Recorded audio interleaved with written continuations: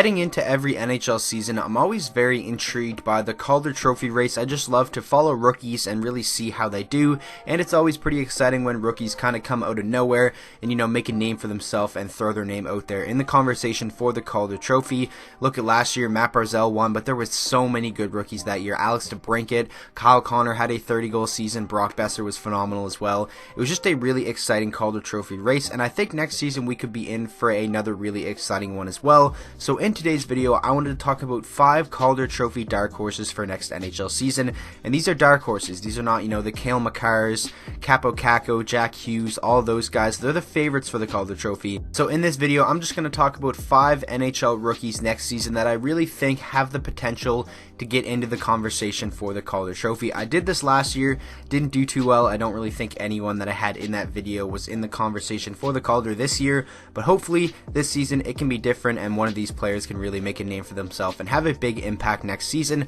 Let me know if you guys want to see this for any of the other awards like the Hart Trophy, the Art Ross, or maybe if you want to see the favorites for the Calder Trophy next season, anything like that, make sure to let me know. But without further ado, let's jump right into this video. Starting off the video with Drake Batherson from the Ottawa Senators, and if I had to guess on any of these players in this video that I think have the best chance at winning the Calder next season, I think I'm going to go with Drake Batherson. He's a 21-year-old winger. He was a 4th round selection, 121st overall back in 2017. That is looking like it was an amazing draft pick by this Ottawa team, and I think he has the potential to be a really big centerpiece in the rebuild moving forward. Last season he played in 20 NHL games with the Senators, which still makes him eligible to be considered a rookie next season, where I think he will be a full-time member of the team. He played 20 games, 3 goals, 6 assists for 9 points. Decent totals. It looked like he got more comfortable as the games went on, and I think next year 100% he is going to be capable of playing a full-time role in the NHL and being an impactful player as well. And then in the AHL, this is where he really impressed me. 59 games played, 22 goals, and 40 assists for 62 points, over a point per game in the American Hockey League, where you're still playing against some pretty solid players. Veterans that used to play in the NHL, other young players like him trying to make a name for themselves. The AHL is not an easy league to dominate, especially for young players, and a guy like Drake Batherson went down there, put up great numbers, showed that he can still do in pro hockey what he was able to do in junior. And I know the NHL is a completely different monster than the American Hockey League, but he is in a situation to succeed. There's no pressure on anyone on this Ottawa team, and they're definitely not really expected to do anything good next season. And I think Drake Batherson is going to get all the opportunity in the world to get power play time, play in the top 6, play with some talented guys like Brady Tkachuk, Logan Brown, Colin White, players like that, and I think he has the potential to put up a lot of points. And if he could be maybe a 55 to 60 point scorer in the NHL next season, I honestly think he would have a really good shot at winning the Calder Trophy. So in my opinion, he would probably be the best dark horse pick. Next up, we have Carl Grundstrom from the Los Angeles Kings. Many of you probably know him with the Toronto Maple Leafs, though, after they selected him in the 2nd round, 57th overall back in 2016, and he was seen as a pretty solid prospect for them. But then, as we all know, he was sent to the Los Angeles Kings in the Jake Muzzin trade, and I really do still to this day like that trade a lot for both sides. The Toronto Maple Leafs got the better end of the deal in terms of winning right now, and then the Kings probably got the better end of the deal for the future, and I think that is what the Kings should focus on. They should try to get better for the future. They should try to get younger. They're kind of heading in a rebuilding direction, and I honestly think Carl Grundstrom has the potential to be a pretty important piece for them in the future. He showed a lot of upside in his 15 NHL games that he played with them after the trade. 5 goals, 1 assist for 6 points. And then the rest of his 2018-19 season was spent in the American Hockey League, split between the Marlies and the Ontario Reign, and he did pretty good down there as well. 55 games played, 16 goals, and 23 assists for 39 points. And this is kind of the same thing with Drake Batherson. I don't think there's a lot of pressure at all on the Kings to do anything and really bounce back into the playoffs, so I think there's going to be a lot of room to slide some young guys into the lineup. Maybe a guy like Rasmus Kupari can come in and maybe even be a dark horse for the Calder Trophy as well. I was kind of deciding between them two to put in this video, but I liked what I saw from Grundstrom in his NHL games that he played. It was a small sample size, but I definitely think if he maybe puts up like 20 goals and maybe gets like 30 assists, if he does get some power play time and maybe play in the top 6, then he could be in conversation for the Calder Trophy if there isn't any other ridiculous rookies that put up a crazy number of points, which there most likely will be in Caco and Hughes, but you never know. Anything can happen, and that is why I have Carl Grundstrom as a dark horse to win the Calder next season. Next player we're going to talk about is is Owen Tippett from the Florida Panthers.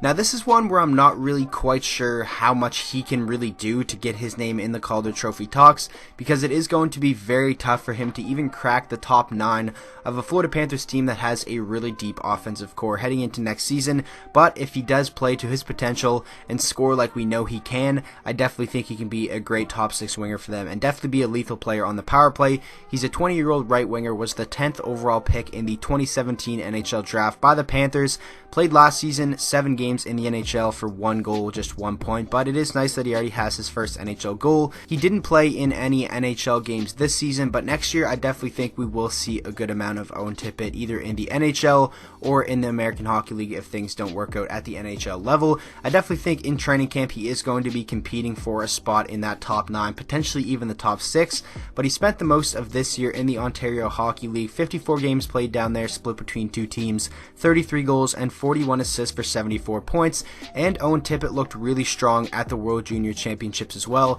I was really impressed by them. I could think you could make an argument that he was the best player for Canada in the World Juniors, so definitely a really good productive year for him. I think his confidence should be up. He already has his NHL goal. He already knows what it's like to play in the NHL. While that was a year ago, I definitely think he will be more than ready come training camp to really compete for a spot on this team, because I think he can be very productive. And maybe if you try to look to trade one of the top 6 forwards that you already have, if you're the Florida Panthers, to maybe get a really solid defenseman or go out there and get an elite goaltender, and then you could maybe slide Owen Tippett into that top 6, and he's a really cheap option there considering he still is on his entry-level contract. So you never know, anything can happen.